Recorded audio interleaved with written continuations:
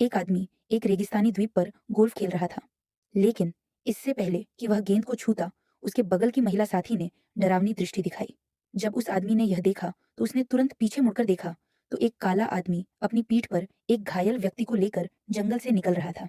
Jack ने एक नज़र में इसे अपने साथी के रूप में पहचान लिया, लेकिन वह स्पष्ट रूप से मदद मांगने के लिए समुद्र में गया था, तो अब वह यहाँ कैसे आ सकता है? लेकिन इस समय लोगों को बचाना सबसे महत्वपूर्ण काम था, इसीलिए जैक तुरंत उन्हें वापस भूमिगत गोदाम में ले गया। कुछ उपचार के बाद उसने अपने साथी की चोटों को स्थिर किया। बाद में जैक को काले आदमी अर्नोल्ड से पता चला कि मदद के लिए समुद्र में गए बाकी लोग अभी भी जंगल में थे, यह जानते हुए कि वहां भयानक राक्षस छिपे हुए थे।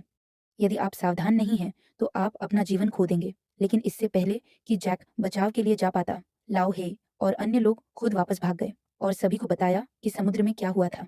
हालांकि वे सुरक्षित रूप से शिविर में लौट आए, लाओ हे के बेटे का एक रहस्यमय व्यक्ति ने अपहरण कर लिया।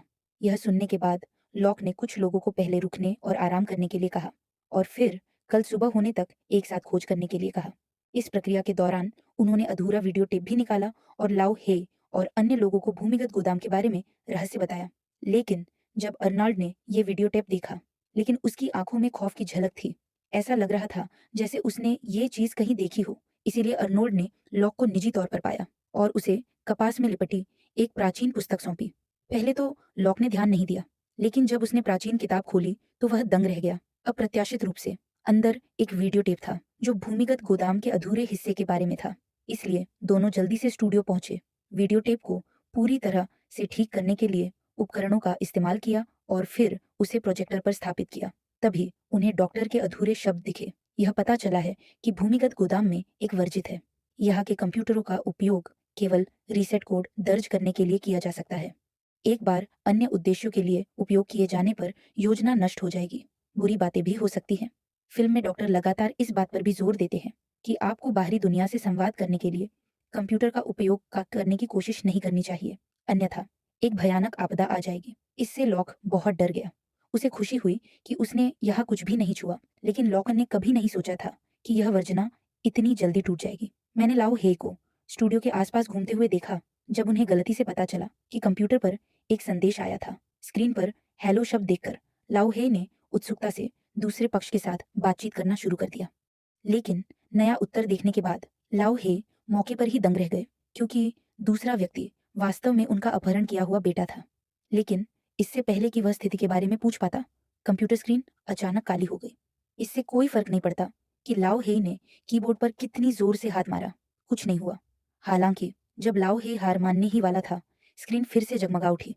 लाओ हे को अपने बेटे के बारे में फिर से खबर मिली कि दूसरा पक्ष सुरक्षित है। उन्हें राहत महसूस हुई।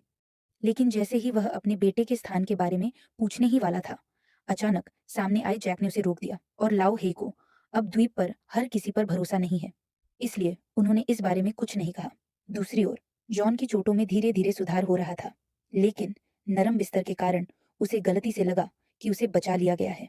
जब तक केट ने उसे दरवाजे से बाहर नहीं निकाला, तब तक जॉन को फिर से वास्तविकता में वापस नहीं लाया गया।